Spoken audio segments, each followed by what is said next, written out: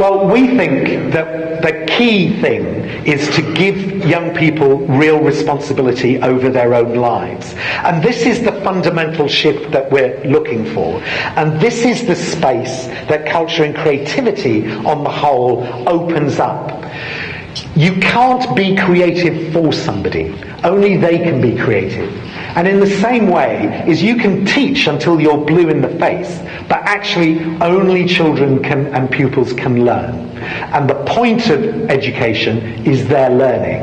And very often, in fact always, you have to step back and leave the space for them to do the learning. And creativity and creative activities is a wonderful way of creating the space in which they can take responsibility for their own lives. I'll give you an example from a project that we've done recently with a primary school in England. So the school applied to be in the programme. They were very worried about the children who were very disengaged from education.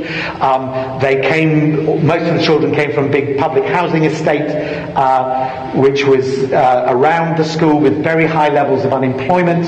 And the school said the children turn up, they don't behave badly, they just don't engage. And we said, you've got to give them real responsibility for themselves and their own lives.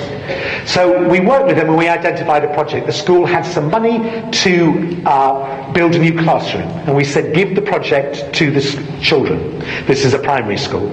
So the school said, all right.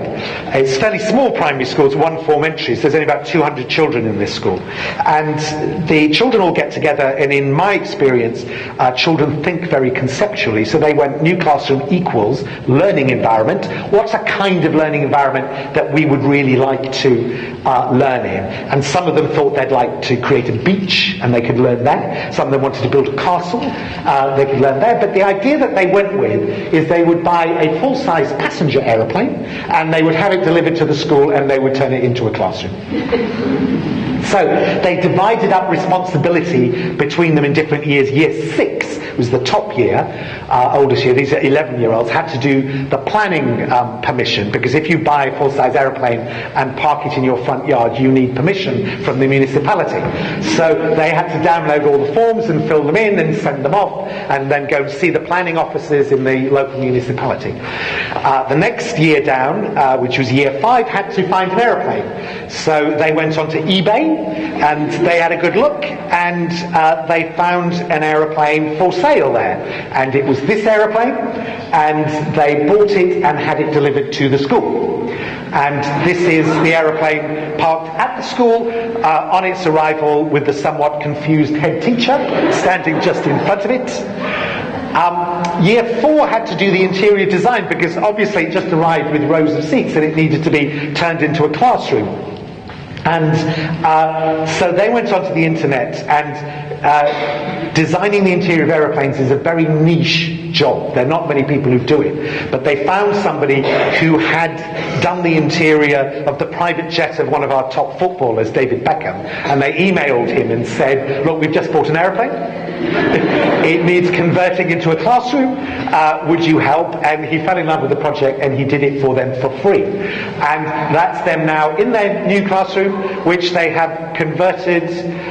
One of the things you can't see is there's a big screen in the floor just in front there, because one of the things they use it for is geography lessons. And they go into their aeroplane, they go, where should we go today? Let's go and study the Grand Canyon. And then they call up the Grand Canyon on Google Earth on the big screen, and they all stand around and study it, and then they all fly home again.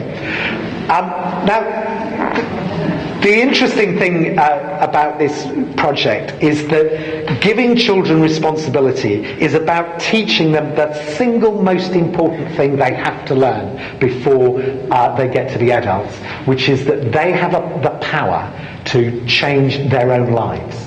And the really sad thing is that so many young people come out of growing up without ever having learned that. And this wasn't so much about having great ideas. It's about having great ideas and seeing that they can happen, and creating the space in which the young people can see that happen for themselves. And I think that's a fundamentally important part of engaging with arts and creative activity, is they give you the possibility to do that, to have an idea and to see it happen. And the power that gives you and the sense of agency that gives the young people is the most important thing that they can learn.